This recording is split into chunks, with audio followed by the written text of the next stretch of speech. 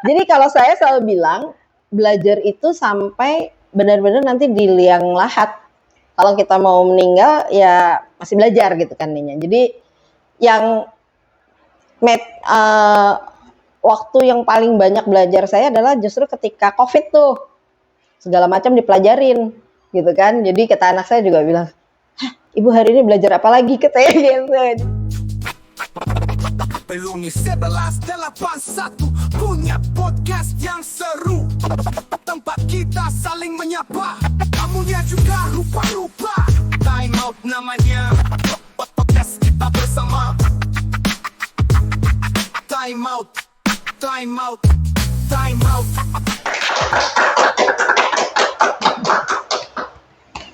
Halo, anak Mestik, apa kabar? Balik lagi di Time Out Podcast. Sekarang kita lagi bersama Ati Saraswati, gadis berambut panjang. Selalu banget ya. Langka tuh, gadis berambut panjang tuh langka tuh. Cuman Ati, Puji Utami. Iya. Siapa lagi ya, Ti? Udah, that's it. Iya kayak gitu ya. Iya, that's it. Padahal kata nenek dulu nggak boleh rambut panjang, banyak kutu katanya. Dulu masih musim kutu ya. Ya, Ati, thank you udah ngangkut kita semua ke Jatiwarna Bekasi. Kita mainnya jauh hari ini. Thank you for having me. Iya, our pleasure. Nah, Ti, baru pulang dari Amrik, Ti? Iya kebetulan.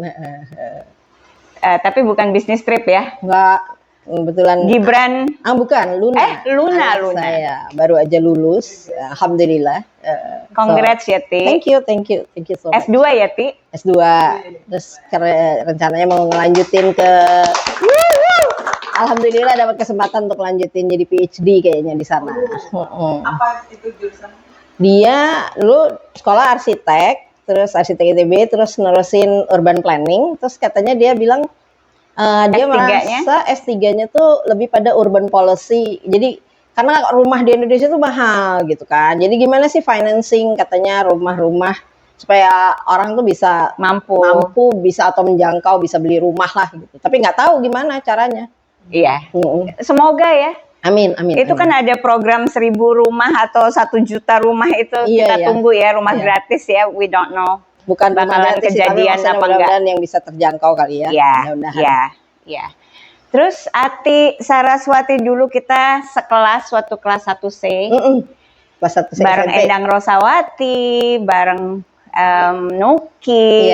Iya. Banyak. Iya, bareng Ruli. Ami itu kelasnya. Puji Utami. Iya. Ketua kelasnya ya. Ketua itu ya, apa namanya?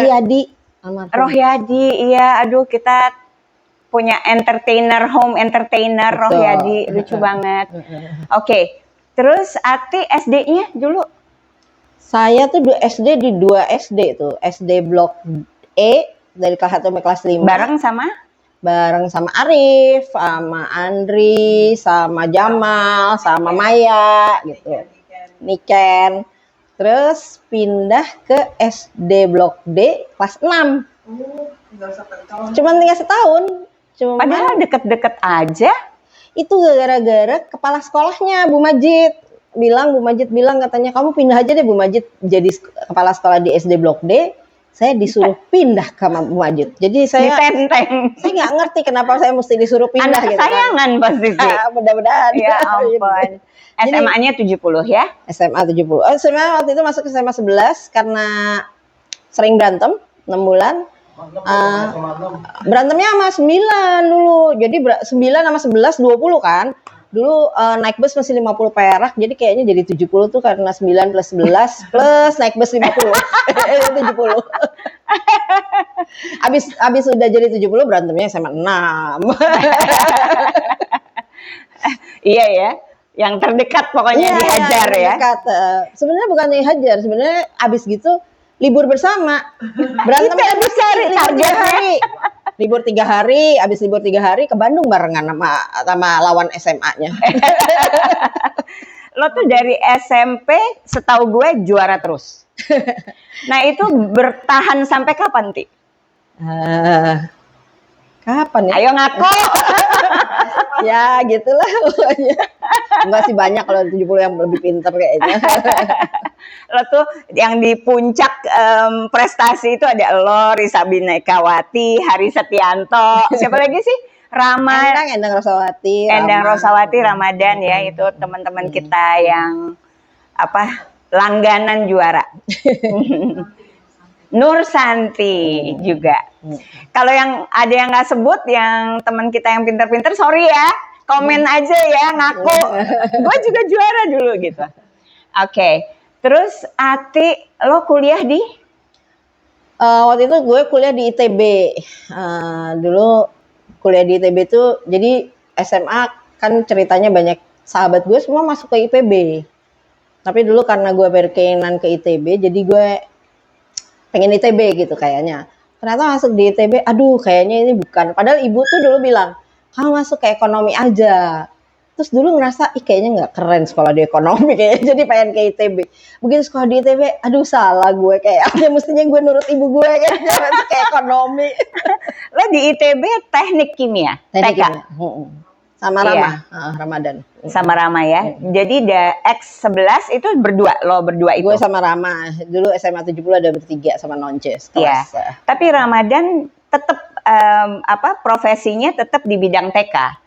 Lo nih yang switch nih. Iya, Rama waktu lulus kayaknya sempat kerja di TK, tapi sekarang dia kayaknya di HR juga sih, di Switch juga ya. Switch juga. Iya. Lo yang dari awal udah balelo. Kalau gue ada begitu lulus, begitu mau, sebenarnya waktu kuliah di akhir-akhir di teknik kimia tuh, kayaknya gue mestinya nurut nyokap gue kayaknya, masuk ke ekonomi ya, gitu. Jadi ya akhirnya kerja tidak pernah memutuskan di engineering sih. Akhirnya ya, oke kita sambung ya Ti. Sip. Di session kedua. Time out. Time out. Time out.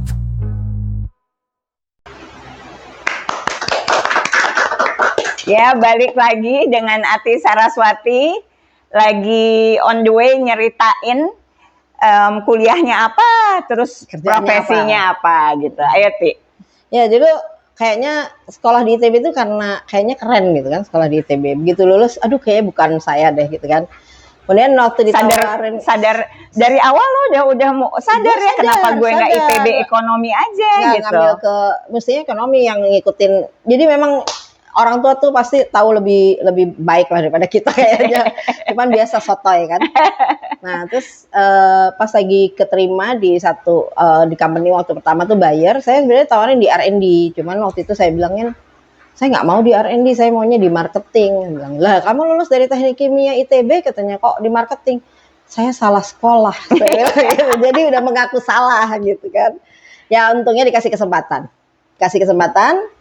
Sekolah, kerja di situ, nggak berapa lama kemudian saya memang dikasih kesempatan kerja sambil kuliah gitu, untuk ambil bisnis manajemen lah ya di sana. Jadi saya beruntung dibayar tuh 2 tahun, sekolahnya 2 hari, 3 hari kerja gitu. Jadi itu dari awal tuh Ti? Di awal, jadi saya masuk, kemudian saya dikasih kesempatan nggak sampai 3 bulan udah langsung di itu. Karena waktu itu saya bilang ini, kebetulan atasannya tuh orang Jerman, Mr. Helmut Pasch, mudah-mudahan nggak tahu beliau sekarang masih ada apa enggak. Saya bilang, Mr. Helmut Pasch, saya tuh kan lulus dari teknik, tapi pekerjaannya di marketing. Sekolahin saya dong, saya bilang gitu kan. Dan alhamdulillahnya dia ngasih kesempatan. Jadi saya waktu itu disekolahin, dan itu jadi kehebohan karena ini anak baru kok langsung dapat kesempatan gitu loh. Sementara anak yang udah lama nggak dikasih kesempatan. So dari Bayer berapa orang yang disekolahin ke business management? 1 orang, saya sendirian. Gitu loh. Cuman mungkin pelajarannya adalah karena saya minta. Sementara kalau orang Indonesia tuh kebanyakan nunggu. gitu kan. Nah, saya bilang, saya mau belajar. Go for it gitu ya, nggak nunggu dikasih ya. Nggak nunggu ditawarin, tapi saya memang minta gitu. Boleh nggak sih saya sekolah gitu. Nah, ya alhamdulillah dikasih kesempatan itu gitu. Nah, terus di situ ya sekolah kebetulan. Itu sekolahnya di mana, Ti? Waktu itu di Yayasan Bina Eksekutif. Itu sekolah yang jadi teman-teman dari perusahaan Jerman dan Swiss yang dikasih kesempatan. Jadi ada teman-teman dari BMW, dari Mercedes, dari Allianz, dari Nestle, dari Bayer, dari Wella, pokoknya perusahaan Jerman dan Swiss lah. Mereka ngirimin satu orang, kemudian ya kita di kelas itu ikutan. Oke, jadi itu ya, eksklusif ya sekolahnya ya? Iya, alhamdulillahnya ya dikasih kesempatan buat belajar gitu. Jadi belajar lagi soal finance, marketing gitu kan, accounting, macam-macam lah pokoknya gitu ininya. Itu sembari kerja sebagai aku mulai dengan marketing assistant benar-benar dari nol gitu. Iya. Tapi ya itu langsung dari lulus dari ITB langsung kerja di Bayer ya? Iya. Waktu itu sempat kerja juga sih di McDonald sempet gitu kan, McDonald, karena McDonald kan kayaknya terkenal dengan manajemennya yang bagus banget gitu kan. Tapi nggak tahan kayaknya, soalnya retail restoran itu gila berat banget deh kerjaannya gitu. Jadi you have to appreciate people yang kerja di balik restoran lu. Wah, mereka luar biasa lah ini. Ya, kayak teman kita almarhum Widiawati Arnawani atau Winnie ya. Itu sampai mulai dari di outlet sampai di headquarter. Iya. Di Hamburger University. Iya. Sampai pindah ke Amerika ya, ke Winnie ya. Oke, kita kirim doa buat almarhum Winnie teman kita ya, yang udah duluin kita di tahun 2000 berapa ya? Suaminya Medio teman SMA ya. Iya. Oke. Terus dari Bayer gimana tuh? Akhirnya kan terus ya, jadi saya memang berkutat di marketing lah ya. Marketing gitu kan, terus ke Roche itu jualan Redoxon, CDR gitu. Waktu Bayer jualan autan, Baygon, floor cleaner SOS, nah yang gitu-gitulah pokoknya. Iya, itu challenge-nya apa, Ti? Balik dulu ke autan, Ti. Kan challenge-nya sebenarnya kalau di kita tuh di Indonesia ya, jualannya kalau misalnya kita lihat supermarket kan kadang-kadang orang mikirnya bahwa jualan tuh banyak dari supermarket gitu ya. Padahal sebenarnya yang paling banyak berjasa di Indonesia pada saat itu ya, itu adalah distribusi rombong. Jadi orang Indonesia tuh rata-rata kalau orang yang udah pernah kerja di Indonesia, di retail, bagaimana menguasai distribusi ke seluruh Indonesia, kita tuh punya 17.600 pulau. Jadi kayaknya the most complex distribution di dunia tuh kayaknya Indonesia memang.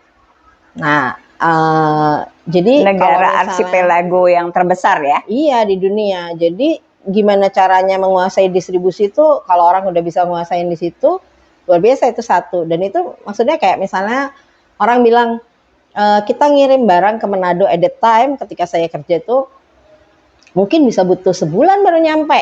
Iya. Sementara kalau barang dari Singapura misalnya dikirim 1 minggu depan kemudian udah keluar kan gitu loh. Jadi kayak nggak masuk akal gitu ya. Tapi itu yang terjadi di Indonesia memang. Jadi dan kalau soal dari sisi naikin sales itu udah mulai kelihatan tuh bakatnya Ati tuh.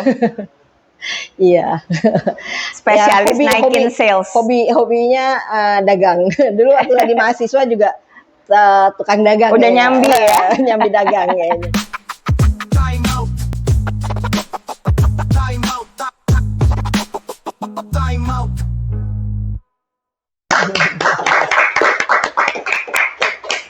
Ati Saraswati tadi lagi OTW cerita betapa piawainya Ati naikin sales di tempat dia kerja, bahkan dicomot sama perusahaan ini itu demi kepiawaian naikin salesnya. Ya saya beruntung aja. Beruntungnya biasanya dapat rekomendasinya kalau nggak dari atasan atau anak buah. Jadi baik-baiklah di tempat kerja ya kalau sama atasan sama anak buah. Karena bisa jadi pindah kerja tuh dari atasan, dari anak buah atau dari HR gitu kan. So serius baik-baik lo biasanya kan serius. Jadi kalau galak beda dengan tidak baik gitu loh. Kalau galak emang gue galak gitu kan. Jadi galak tapi poin. Cuman baik itu artinya gini. Saya pindah kerja, saya kebetulan kalau dibilang kutu loncat, orang bilang kutu loncat, tapi sebenarnya enggak pernah cita-cita pengen pindah kerja untuk naikin gaji itu enggak pernah gitu kan. Jadi biasanya pindah kerja karena dibujuk bekas bos atau dibujuk sama bekas anak buah, dibujuk sama bekas HR di tempat yang lama gitu kan. Nah biasanya mereka seringkali punya masalah gitu kan di perusahaan tersebut. Misalnya ini udah 3 tahun berturut-turut nih selalu negatif growth gitu kan. Nah biasanya kalau orang kan agak sulit ya buat itu. Kalau saya senengnya ngulik, jadi artinya, ini gimana ya caranya ya? Gimana ya caranya supaya bisa dapetin pasar baru, bisa dapetin. Hai. Hey. Thank you. Temen double impact nih ya. Se-SMP, se-SMA ya. Se-SD, SMP, SMA. Triple impact. Jadi gue biasanya ya gitu berusaha untuk cari ulang lagi aja nggak apa-apa. Time out. Time out. Time out. Masuk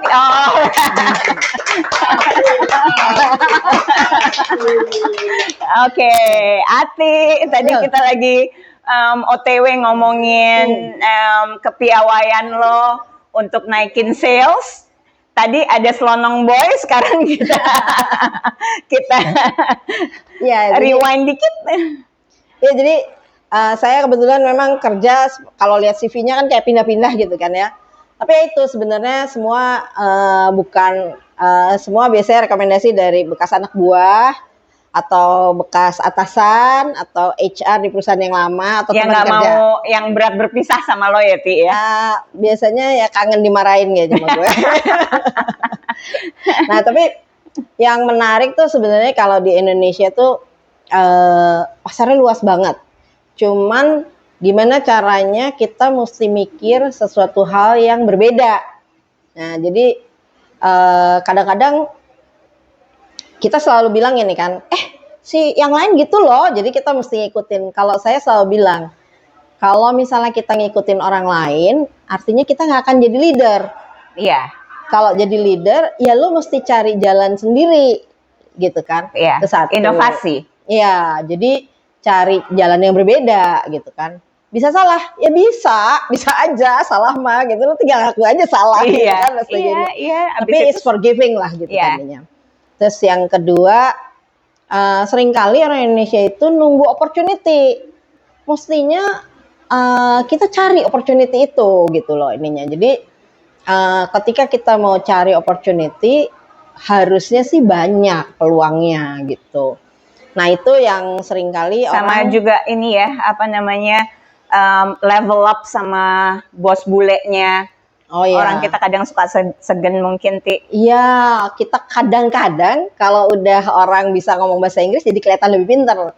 Dulu menurut saya nggak gitu loh. Jadi maksudnya kita harus bisa berani untuk kasih standpoint kita di mana gitu kan. Karena sebagai orang Indonesia, kita tahu market Indonesia lebih baik daripada orang asing yang datang ke Indonesia. Iya. Jadi kalau mereka ngedikte kita bilang nggak gitu loh. So because kita tahu lah gimana sebenarnya buat Indonesia gitu kan. Nah seringkali kita suka terpukau sama orang yang bisa bahasa Inggris gitu kan. Soal sales, Ti, gimana, Ti? Lo sampai akhirnya dari situ, dari customer goods, gue masuk ke OTC. OTC itu over the counter product. Jadi produk-produk yang dijual di apotek. Habis dari situ terus sempat jualan obat resep ke dokter. Jadi dokter memberikan resep gitu kan. Jadi kayak misalnya waktu itu namanya kayak sales obat ya, istilah kasarnya bener, ya. Memang iya. Gitu. Jadi waktu lagi direkrut sama perusahaan obat juga, waktu itu anak buahnya semua udah jago jualan obat. Anak buah yang saya bawa koper gitu, Ti? enggak, anak buah saya bilang ini kan, ini kok perusahaan ngerekrut orang yang nggak tahu apa-apa ya katanya gitu. Maksudnya kira gue dijadiin Product knowledge. Gue waktu itu direkrut untuk jadi country head, sementara nggak punya pengalaman buat jualan obat resep ke dokter. Nah, tapi gimana tuh lo ngejar? Jadi kalau menurut saya, kalau mungkin perbedaannya kalau lo bekerja di satu tempat yang udah biasa, lo mengerjakan sesuatu dengan cara yang sama. Nah, karena gue nggak tahu, belum pernah, jadi gue coba cari alternatif yang berbeda gitu kan. Jadi offering different proposition atau different value. Dimana kadang-kadang mungkin itu yang menjadi si customer ataupun dokter ataupun siapapun menjadi ngerasa ini kayaknya kita nawarin hal yang berbeda nih gitu loh. Jadi tapi juga Ati itu ya, you believe in the medicine ya.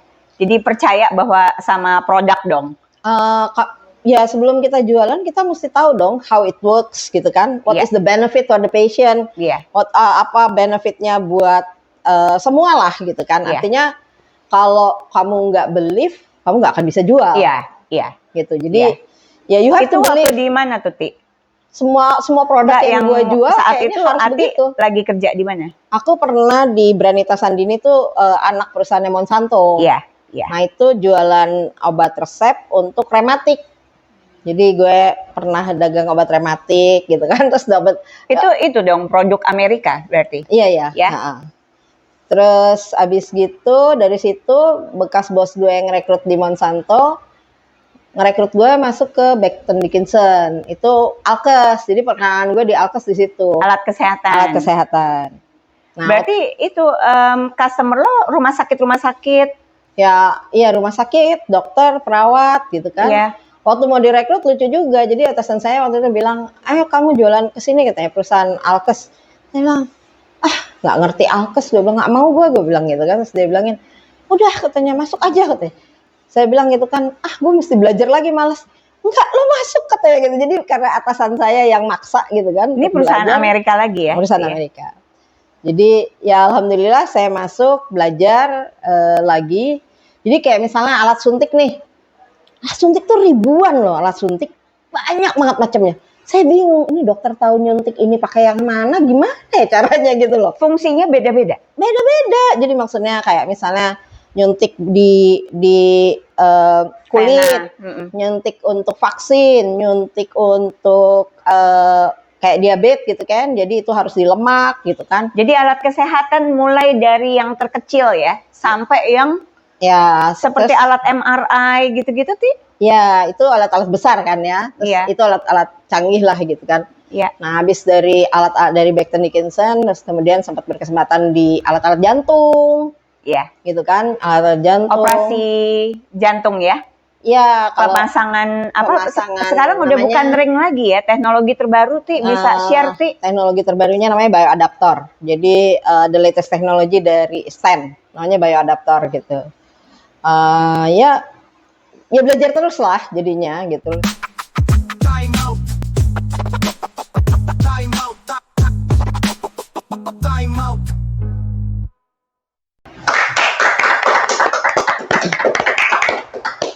Halo lagi teman-teman, kita masih dengan one and only Ati Saraswati.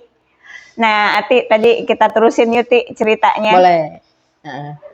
Soal apa namanya teknologi medis terbaru yang hanya untuk berbayar ya, fasilitas kesehatan berbayar gitu.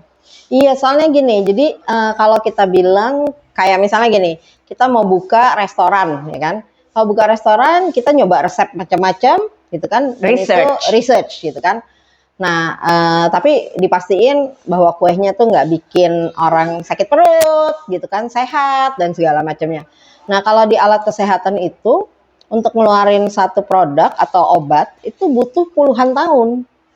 Karena Research, sampai terbukti bahwa alat itu safe, alat itu tidak memberikan benefit buat pasien dan segala macam. Dan kalau misalnya kita bilang, oh kita udah research kok di berapa orang, 50 orang, itu sama dokter-dokter nggak dianggap. Iya. Mereka selalu minta ribuan pasien di follow up puluhan 5 tahun minimum, gitu kan. Iya. Makanya kalau teknologi baru itu biasanya mahal karena semua dokter selalu minta safety, efficacy, benefit buat pasien. Iya. Kalau it's proving baru mereka mau pakai. Karena kalau enggak kan risiko ya untuk dokter pakai gitu loh ininya. Teknologi stent yang terbaru tadi namanya bisa diulang, Ti? Kategorinya bioadapter. Saya nggak boleh bilang nama mereknya. Oke, bioadapter ya. Nanti kita share linknya di podcast kita. Siap. Iya. Terus itu mudah-mudahan memberikan, jadi gini, mudah-mudahan memberikan manfaat buat pasien, terutama sekarang makin banyak loh orang yang muda udah kena serangan jantung. Iya.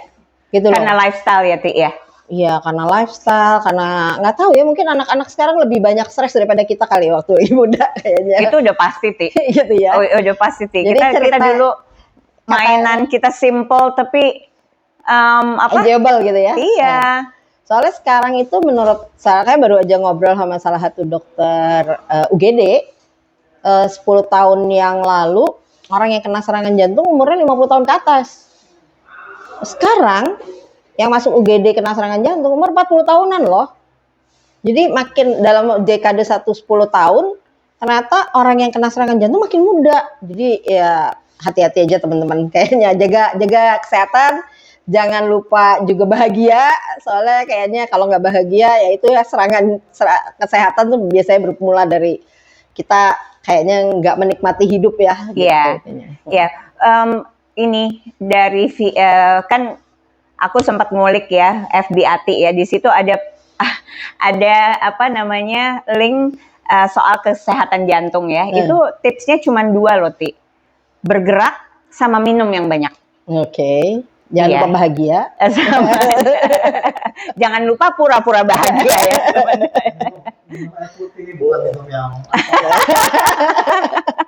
Nggak disaranin ya nih, jangan salah paham ya, bukannya jadi drunken master minumnya. Ya. Nah terus oke, sekarang apa namanya? Aku tuh baca CV-nya Ati, ya ampun Ati, pencapaiannya banyak banget. Ya, kerjanya mulai dari pertama udah assistant manager gitu ya, dari pekerjaan pertama loh itu. Nah, terus dapat award juga ya Ti, di beberapa tempat Ati kerja ya, karena pencapaian ningkatin sales lah gitu kayaknya. Ya, alhamdulillah gitu, karena apa aja Ti awardnya Ti? Aku dulu pernah waktu di Roche ya pernah dapat President Award gitu kan, karena kita selama 3 tahun berturut-turut meningkatkan sales tuh double digit plus profit juga double digit gitu loh ininya. Berat. Terus most wanted nih buat ini corporation. Terus waktu di Monsanto Charlotte tuh kita doubling sales dalam 1 tahun. Jadi naikin penjualan 100% dalam 1 tahun. Alhamdulillah tercapai 9 bulan. Wow, 9 bulan itu dapat apa award waktu di Monsanto namanya? Ya waktu itu sih kita kebetulan perusahaannya merger ya, terus jadi saya keluar dari situ. Tapi Monsanto salah satu perusahaan yang memberikan benefit yang menurut saya sih bagus banget buat employee-nya. Iya. Nah kalau yang di Boston saya dapat Country Leadership Award kayaknya 4 tahun berturut-turut sih gitu ininya. Yang megang Asia, ASEAN bahkan waktu itu di Boston Scientific saya pernah serving sebagai GA leader untuk ASEAN market gitu loh. Karena jadi kan kita tuh banyak berhubungan sama government kan gitu loh ininya. Jadi government relation, policy segala macam, terutama yang berhubungan dengan healthcare. Jadi ya mudah-mudahan sih sedikit banyak tahu lah tentang negara-negara ASEAN gitu loh. Oke. Ya, oke, ada penonton mau nanya. Siap. Maggie. Ati, capek nggak jadi orang pintar terus. Aku justru nggak ngerasa pinter sih kalau menurut aku. Karena yang pinter tuh banyak. Cuman aku tuh seneng belajar. Kritis ya. Aku seneng belajar. Jadi karena belajar itu jadi excitementnya tuh setiap kali mempelajari satu hal baru, that is the excitement gitu, happen gitu kan. Jadi kalau ada satu hal baru tuh I'm exciting gitu loh ininya. Kayak misalnya waktu COVID belajar bikin roti, belajar fotografi, belajar macam-macam lah yang enggak. Ini fotografi coach loh, tapi pakai handphone. Iya, iya. Iya. Terus ya jadi Rondang itu salah satu temen lah dia. murid ya? Oh, sama-sama Ya, mentor waktu itu ya? akhirnya dia jadi mentor juga karena emang Ronald Ernie bagus. muridnya. Oke. Jadi banyak ini ya, tertarik sama banyak hal ya, Ti. Aku sih yang pada prinsipnya adalah senang belajar. Iya. Time out. Time out. Time out.